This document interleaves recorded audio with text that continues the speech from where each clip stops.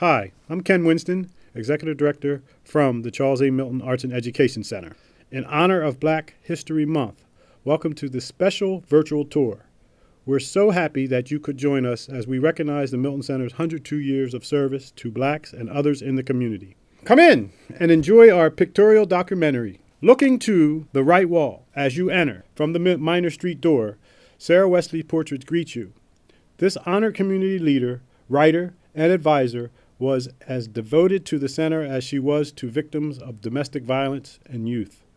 Alongside her image are several other influential women, such as Ethel Beecham and Silver Melton, who helped to build the Melton Center as we enjoy it today.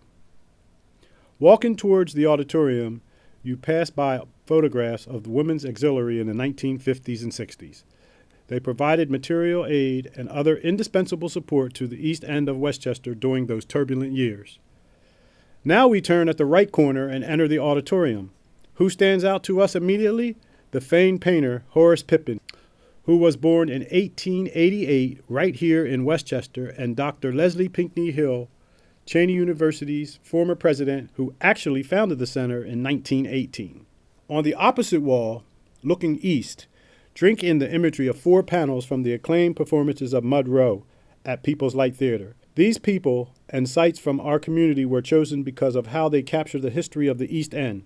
This play by Tony Award nominee Dominique Moroso was featured at People's Light during the summer of 2019. Walking towards the gym by turning left and left again, we are transfixed by the historic and newly framed pool photograph of the 1950s. We are all children once again, all colors, all languages, all delighting in the cool water of a hot summer day. This pool was built to serve African Americans who were excluded from white-only pools. However, the Melton Center extended its use to all who would come. Entering the newly renovated gymnasium, our eyes take in a glorious backdrop, a mural painted by Dane Tillman. Dane was born here in 1957 and has become one of America's most sought-after African American artists. Oh, look up. Above the entrance to the gym is a not-to-be-missed picture of the 1950s Big Five Westchester Community Center.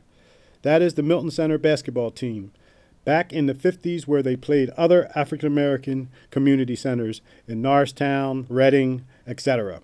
To our left, we relish the picture of 3-time Chestmont champions Westchester High School boys basketball team, 1968 to 1970, featuring Mr. Leon Bell.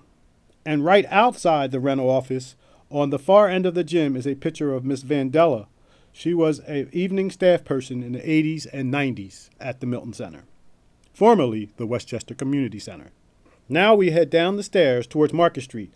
Our passage is brightened by a collection of pictures of some of the greats of Melton Center and Westchester. We see Miss Sarah Maxfield.